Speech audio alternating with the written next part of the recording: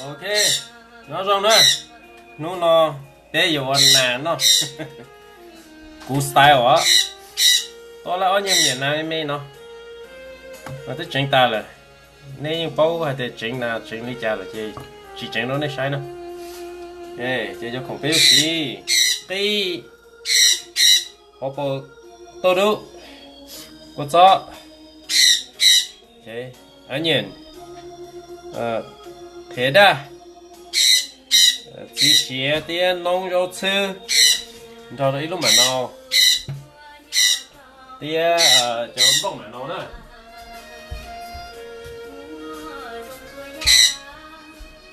tiền bông mà nó nhớ nó ê chỉ số quá nó chỉ mua cho tàu đu nó này sủa còn mó sủa nó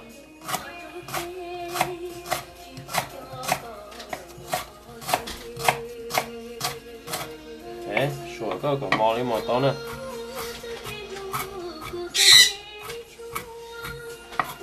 đấy còn mò đi mò to cái gì sao mò tiếp rồi về tới dùng một tổ thì có nhiều lúc cho khí nữa đấy có nhiều lúc cho khí thì mới cho tao đâu cho hỗ trợ cho khí nữa rồi nó cái thế đa thì mỗi đi ít nhất là mình bỏ đồ thôi cho nó chỉ có một cái chỗ nông rau sư thì gì xé nữa cho thì chỉ mua gì xé nó chỉ xa cho là to thì có một tổ còn nữa còn một mó đi mỏ tàu nữa còn lên nóng nữa đây cả tàu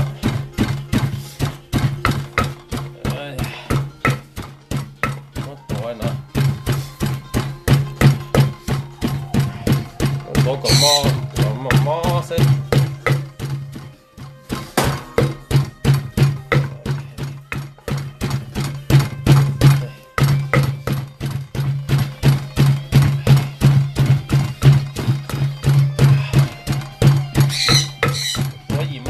to á, còn số trong cầu nó chuyển to đi,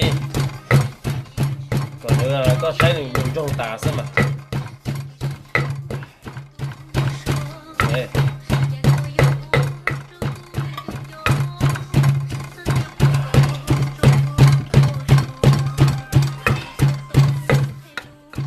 ok,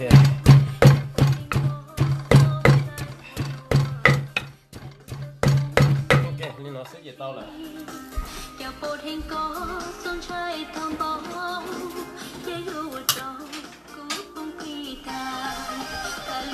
các bạn đi các tổ nó sẽ tao lại thì các bạn đi phải lo tao nó lúc tài đó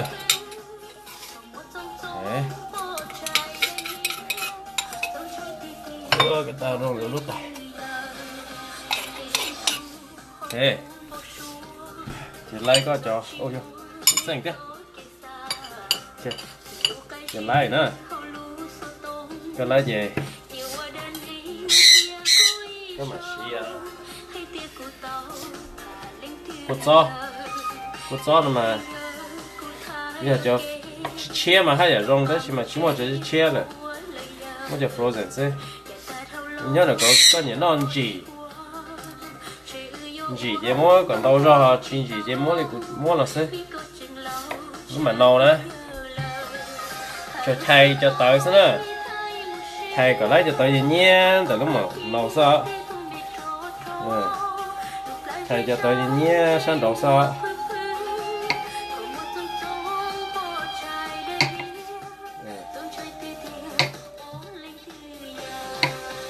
đấy thay vô cho tới gì nhé nào thế nào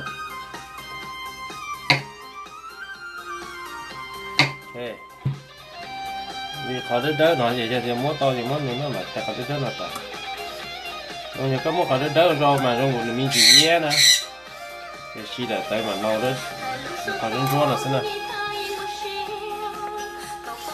để lấy thì mình lâu nó chứ cho ta mà nó lo thì mất sổ đấy tôi nhẹ thôi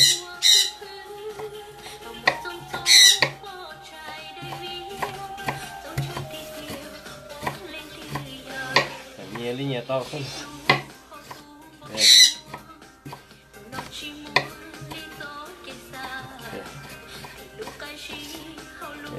tao nó là nữa để cho mà nó có mất cho nó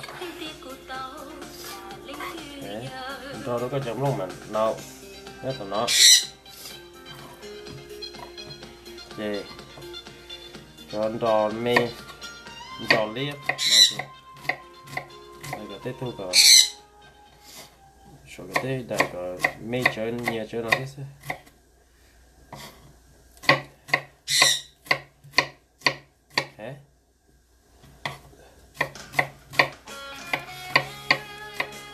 lấy cái đỏ đó, đấy, cho lấy xa nó, một cái tây gì cho món được trong cả lúa kia xe, món này nhiều cả lúa kia xe,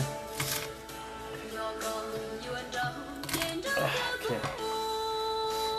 trong đó nè, để tây, ok, trên tan thôi cho khổng chê, nửa trong đó nè, ok, thì mỗi India cho nó như thế nó cho nó cho mint prime and spice nè thì nếu như mua tây giả chứ lọ các cái cho nó theo cho xí nó sẽ mất trong nó này thế thì cái nào nó chỉ bây giờ tới họ tàu chỉ có chụp nhau nó là bộ lo bộ tàu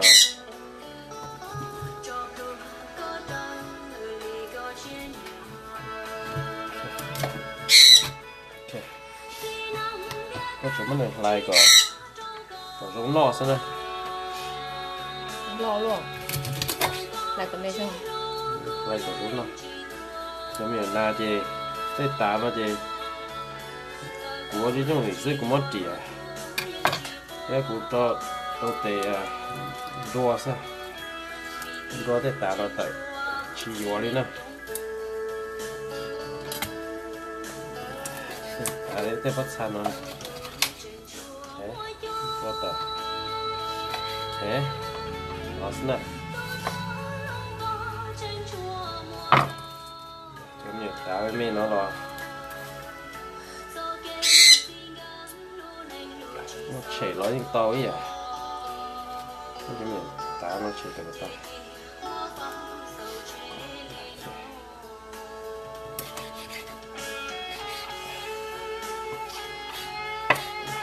đây là chuyện món này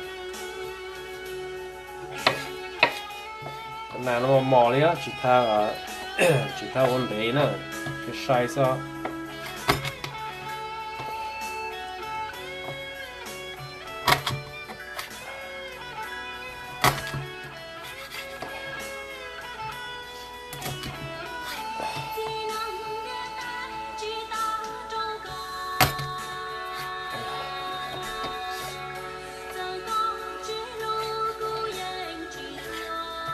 nhìn nào nó mà lên nhẹ nhỉ có yêu kiểu to ấp tê lúc lì nó xin rồi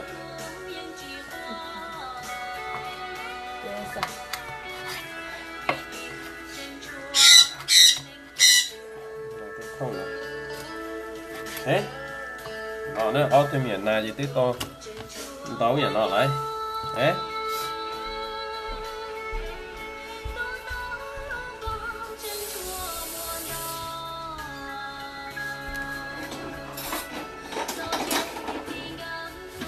báo rồi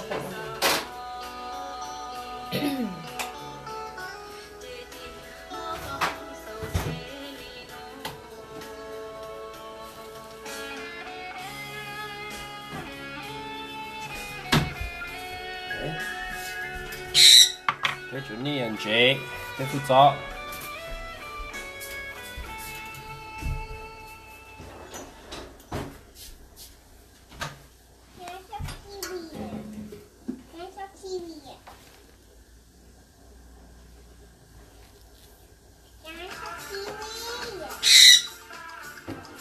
không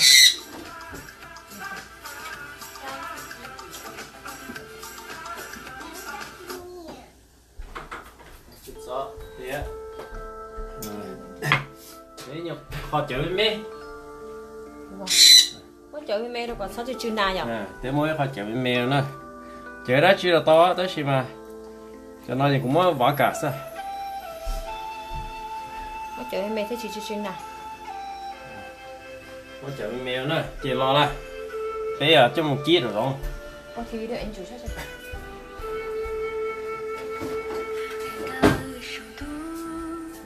Đấy. Ta thân thôi cho khổng mồ. Có đâu đấy. Đây này. Ra bên giống đó. ô đồ giống thế chỉ chưa nào Để muốn cho khổng. Muốn cho khổng sới nó. Chế. Đây là có cho ăn được đồ cho sư lọ. Chế. Chế. Tao khỏi chú đâu. vậy người ta có chỉ tôi chú nào Tao khỏi chú đâu. cho phải chú phải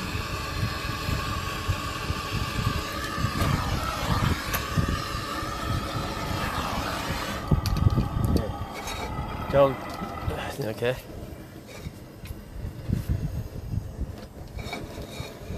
Cho khỏi chú của nó lo đấy.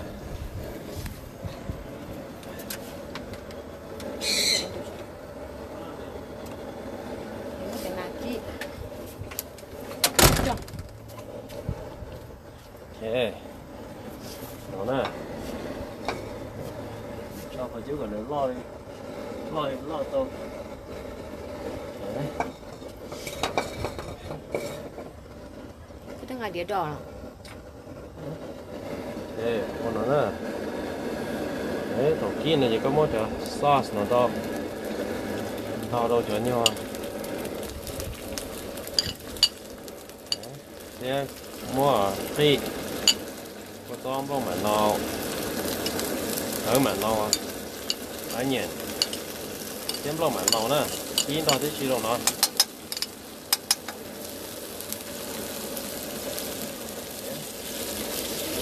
Mua chili Indian rễ. Mua chili India phi to. Nó đó hổ. Đấy. Đây là món to nè.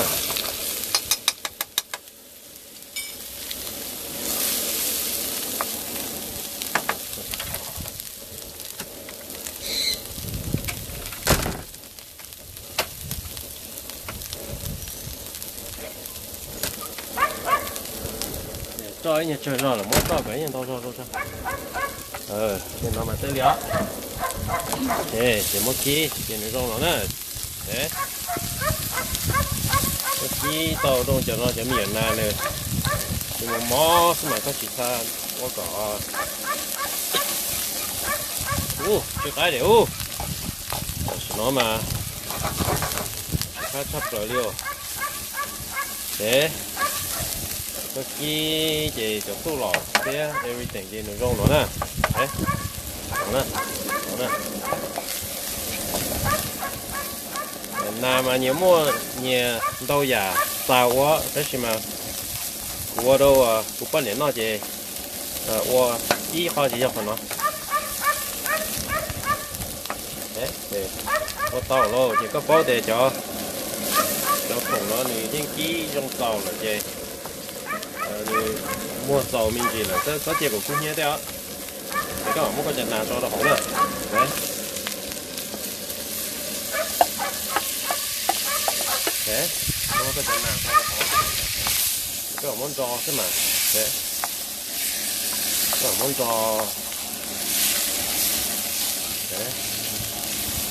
Cái món giò nó nè. Thế.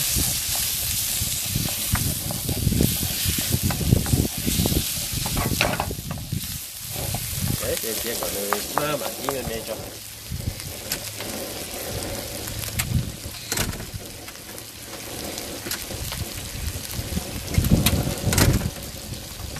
Có ký tôi nọ lô. Cái một phút chợ đó nè, thế. Có chợ. In đã khó, ít khó là to. nó cũng mấy giá khó thế không có còn nữa cho nên phải để chi nó thế cho cái đấy cái nữa thế để chi này son trái nè nửa cú mà xả đấy cho đấy ó cho nửa cú cho có được ta này à để cho các cá nhỏ hổ là nữa thế thế thế để qua tàu nó nè thế để cho nó gì mới khỏi mấy đây đâu sao có muốn làm tàu thế mới mấy đây thì cũng cái để ít khắp thế nè thế trong phần là bé qua mà vô qua cả cho qua nhẹ nhàng để li mi cái qua còn nếu mua li gravy thế nè cho còn bao cái chẳng đây thế đó còn nói đây trong nó ăn cho mắm lẩu này lúc này bên này vô qua là sao tôi ý nghĩ tôi phun như nhất hay phun như sao tôi cho mắm lấy chết thôi thì sao để vô món non đó chẳng cái nào nói qua cả cho qua nhìn dán đi nói tới đi trong mà đi trong chuyện mắm lẩu nó nè đấy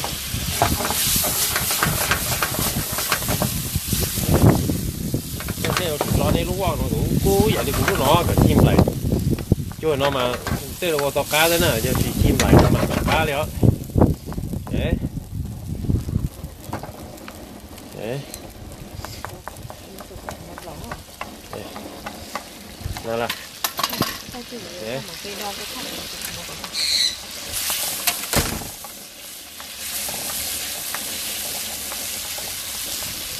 nó vậy con này chỉ thay là thế củ thay vậy củ toán to thay thế nào mà vậy này bao này đi nó mua thôi mấy đây gì rồi chứ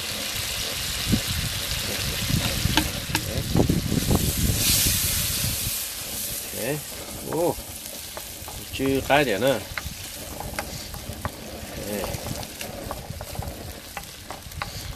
đấy chỉ còn nè qua tàu đi nó lo nếu qua tàu nó chị to sẽ thế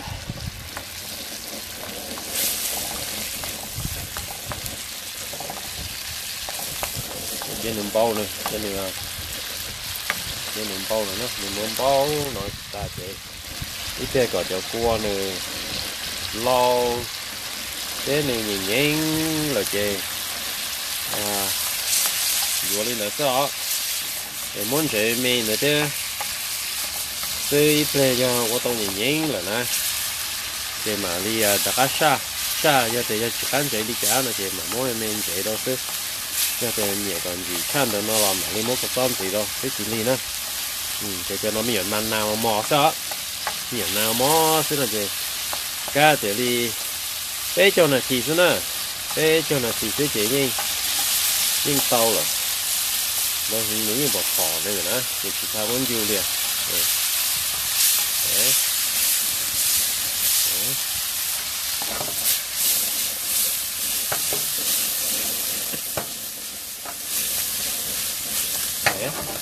đấy để nó lên cái còn nhìn rủ bây giờ đấy mình chỉ cho ba nó cho nên bỏ thôi trong rồi có phải cái đấy đâu lúc nào mình chỉ có chua này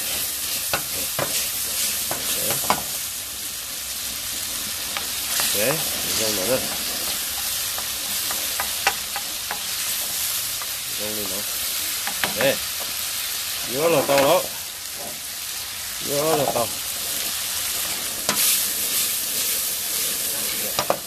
tàu đó mình mới đến gì đâu mình gì đấy trong cái sai của mình thực như nhận thấy ra đấy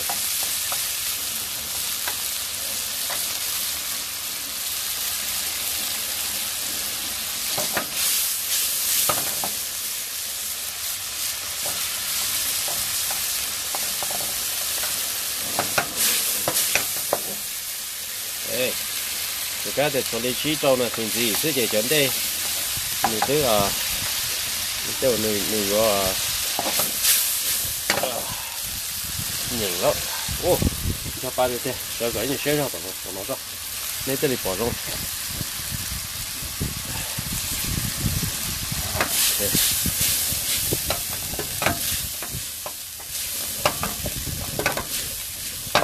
Ê đều ok là một cái lúc pha là ok một cái lúc pha đồ hồ rồi ê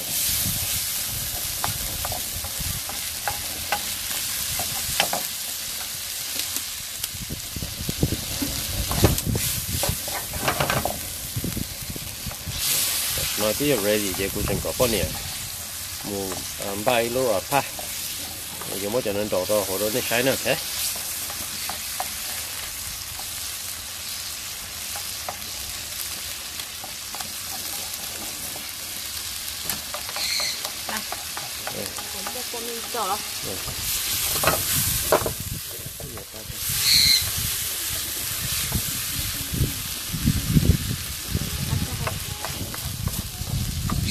okay.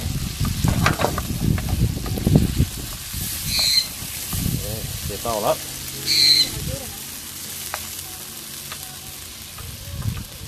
ok để nó tiền nữa ok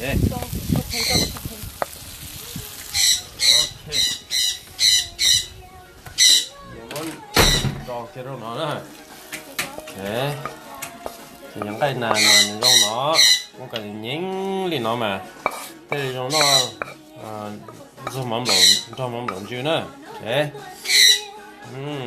cái nào thế rau nó nữa nhưng mà nhà style quá nè thế này mắm đây chia đó là không chia mắm đây sẽ là cái này tôi sẽ tao nó sẽ bạc cá là sao sẽ bạc cá đây mắm đây chia nó cho nó tụi sister nó đi nhá California nó tao sao đâu cũng phân nhẹ nó thì chẳng cái nào nó chúa cũng cho hả bây giờ tụi một tua là nó đấy trong nó chứ mà có cá có tao ăn giấy tàu hả cá tàu đó nó chỉ tôi khởi chỉ tôi giúp bữa nào mà xin sinh xin bữa tàn nào sẽ sao nó có mua đi có cá hiện lo hả món này no quỷ là sao lu pan này chị còn pan này lính nó sẽ nó từ miền Nam nó mà ta tạo cho pan này nó sẽ kiểu tạo cho cảnh đeo đó chứ mà